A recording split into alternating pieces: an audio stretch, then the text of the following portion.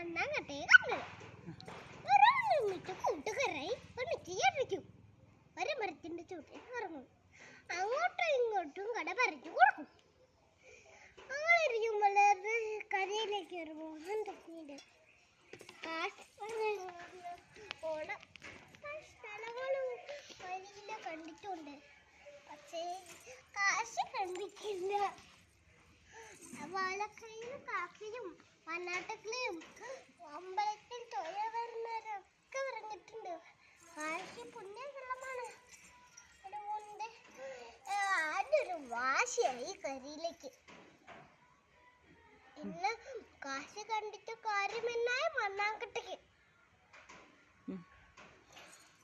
അങ്ങനെ പോകുമ്പോൾ ഭയങ്കരമായ കാറ്റടിച്ചു. കരിയില പറഞ്ഞു പോകാണ്ടിരിക്കാൻ മണ്ണാങ്കട്ട മുട്ടലിൽ കയറിയിരുന്നു. കാറ്റടങ്ങിയപ്പോ ഒരു ചിരി യാത്ര തുടർന്നു. കുറെ ദൂരം പോയപ്പോ മഴ പെയ്തു.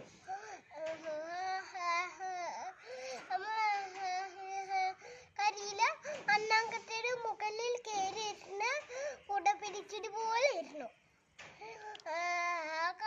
മഴ അടങ്ങിയപ്പോൾ അവർ ചിരിച്ചു കളിച്ചു യാത്ര തുടർന്നു. പിന്നെ കാറ്റും മഴയും ഒരുമിച്ചു. അപ്പോഴോ കരിയില കാറ്റു പറന്നും പോയി. മണ്ണാങ്കട്ട മഴയിട്ട് അലിഞ്ഞും പോയി. അതോടെ തീർന്നു മണ്ണാങ്കട്ടയുടെയും കരിയിലയുടെയും കഥ. കാക്കയും കുരുവിയും.